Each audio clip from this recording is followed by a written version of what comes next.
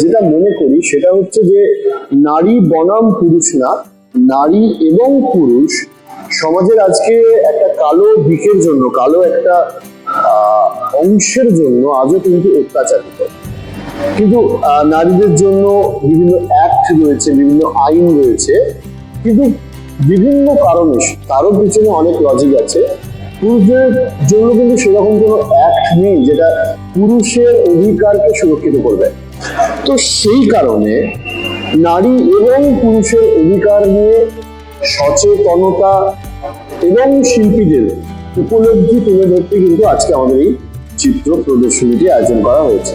এবং শিল্পীদের পাশে থাকুন, শিল্পের পাশে থাকুন, এবং যে সমাজ আজও তারই একটা অংশ মানুষকে অত্যাচার করে, সেই সমাজের পিছনে বা সেই সমাজের বিরুদ্ধে এখানে এসে শিল্পীদের সাপোর্ট করে আপনিও না হয় একটু প্রতিবাদের অংশ হলেন।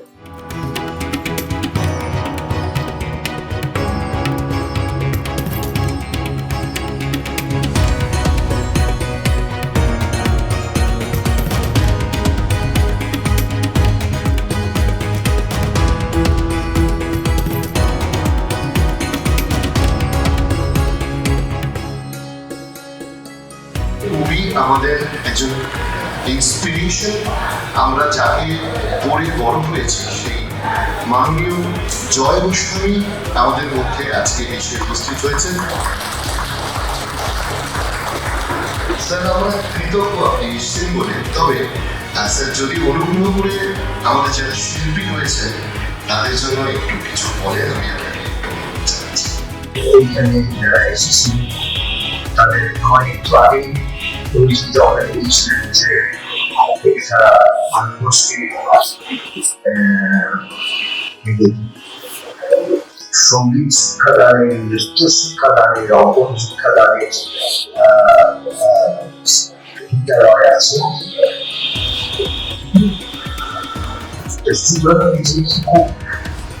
যারা আছেন তারাই শিল্প নিজেরা শিল্পী হয়তো শিল্পকে ভালোবাসেন, সঙ্গীত হতে পারে, নৃত্য হতে পারে, অঙ্কন হতে পারে, দেখতে পাচ্ছি।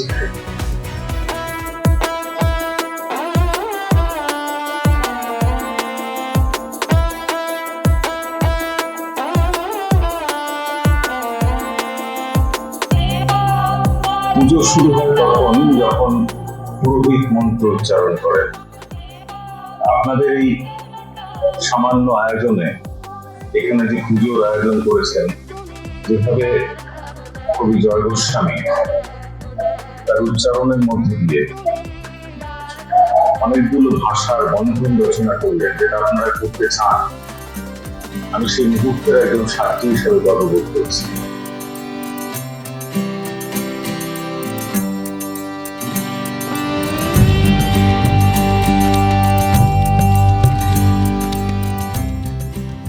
প্রথমে বলবো আজকে অনুষ্ঠানের যে নাম দেওয়া হয়েছে মেল বন্ধন, অসাধারণ নাম।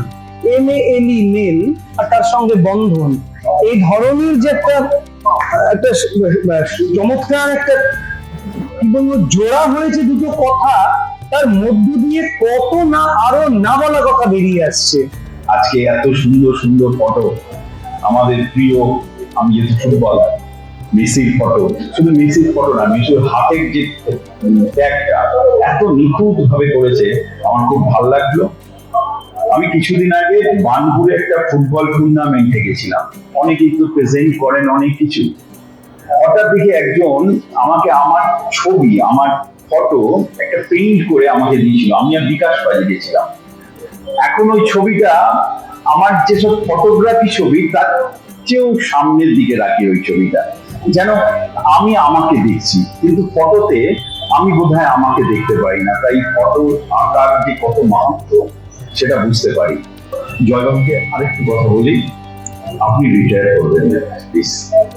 আপনার হাতে কবিতা যদি না পায়, বেণীমাধব আমি তোমার বাড়ি যাবো, এই সব কবিতা যদি আপনার কাছে না পায়, তাহলে মানুষ কার জন্য বাঁচবে?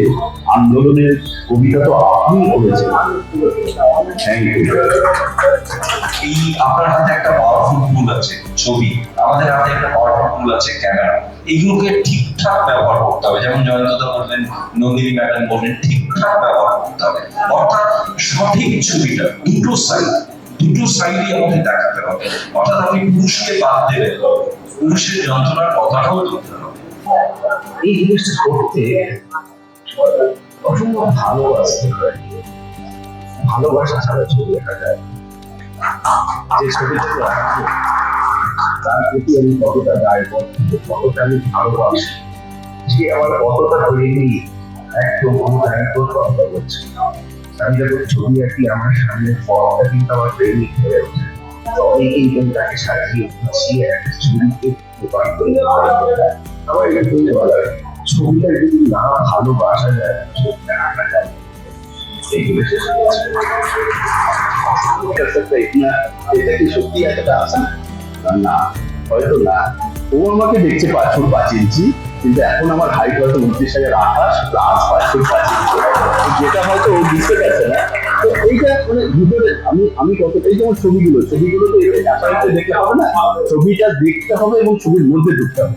ওকেও যদি আমাকে বুঝতে হয়, আমার একটু কাছে আসতে হবে। অরিজিৎ আমার অনেক বড় বড় পডকাস্ট করেছে, তো থ্যাংক ইউ অরিজিৎ। আমি দেখেছি যে অনেকের কাছে সবাই